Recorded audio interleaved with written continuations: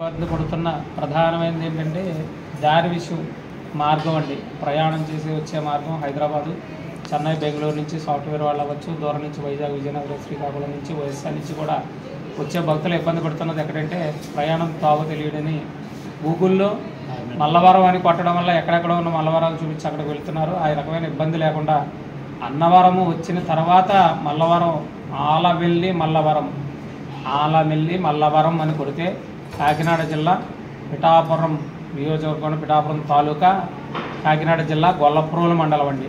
గొల్లప్రోలు మండలం ఆలమెల్లి మల్లవరం అని కొడితే పాముల మల్లవరం అని కొట్టినా గూగుల్లో శుభ్రంగా వస్తుంది. ఈ సుబ్రహ్మణ్య స్వామి పాము రూపంలో ఇక్కడ ప్రత్యక్ష దర్శనం ఇచ్చి ఆలయం నిర్మించుకునే విధంగా ఈ గ్రామ ప్రజలకు ఆయన యొక్క మహిమలు చూపించి ఏదైతే ఆలయం నిర్మించుకున్నారన్న నియమం మీదే ఈ ఊరికి పాముల మల్లవరం అని పేరు వచ్చింది.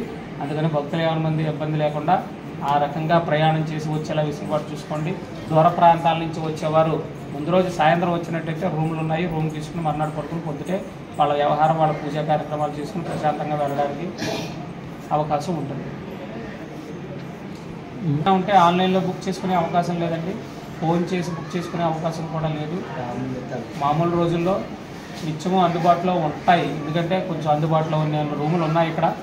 కానీ ఏమిటంటే మంగళవారాలు, షష్ఠి, కృత్తికా నక్షత్రం రోజున, పర్వదినాలు, మాస శివరాత్రి ఇలాంటి రోజుల్లో కొంచెం పర్వదినాల కారణంగా భక్తులు తాగేది ఉంటుంది. కానీ రూమ్ లేకపోయినా ఎవరికి ఎలాంటి అసౌకర్యము లేకుండా కళ్యాణ మండపం, 2 అంతస్తుల కళ్యాణ మండపం ఉందండి.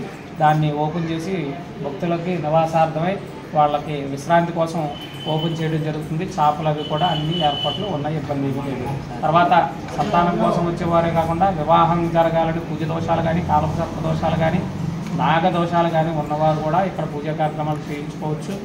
వారు ఏం చేయాలంటే కోనేటిలో స్నానం చేసి నాగుల తువ్వాలు మెడలో వేసుకుని 108 ప్రదక్షిణలు చేసి ఆ స్వామివారికి అభిషేకం చేసుకుని 3 సార్లు చేసుకుంటామని మనసులో సంకల్పం చేసి పూర్తి అయిన తర్వాత ఆయన వివాహం అవుతూ ఉన్నదని అంటున్నారు, చెప్తున్నారు. వచ్చిన వాళ్ళు చాలామంది భక్తులు మళ్ళీ చంట పిల్లలు ఎత్తుకుని వచ్చేవాళ్ళు ఉంటున్నారు. మాకు వివాహం అయిన తర్వాత భార్యతో వచ్చి మళ్ళీ కళ్యాణం చేసుకుంటామండి, మేము అక్కడికి వచ్చేలా చేసుకున్నాము, మాకు కళ్యాణం జరిగింది, ఆ స్వామివారి కళ్యాణం చేసుకోవడానికి మీ భార్య సమేతంగా ఎప్పుడు రావాలని అడిగే వాళ్ళు కూడా మాకు ఉంటున్నారు. కాబట్టి ఆ స్వామివారి అనుగ్రహం నిరంతరము కూడా ఈ భక్తుల వల్ల కలుగుతుంది. కాబట్టి భక్తులు కూడా అవకాశాన్ని వినియోగించుకొని ఆ స్వామివారి కృపకు పాత్రులయ్యి ఆ ఫలితాన్ని పొందాలని, స్వామి అనుగ్రహాన్ని పొంది సర్వాభీష్ట సిద్ధికి, సంతాన ప్రాప్తికి, వివాహ ప్రాప్తికి కూడా ఈ స్వామివారి ఆలయాన్ని వినియోగించుకుని భక్తులు మంది కూడా ఫలితాన్ని పొందుతారని కోరుతున్నాను.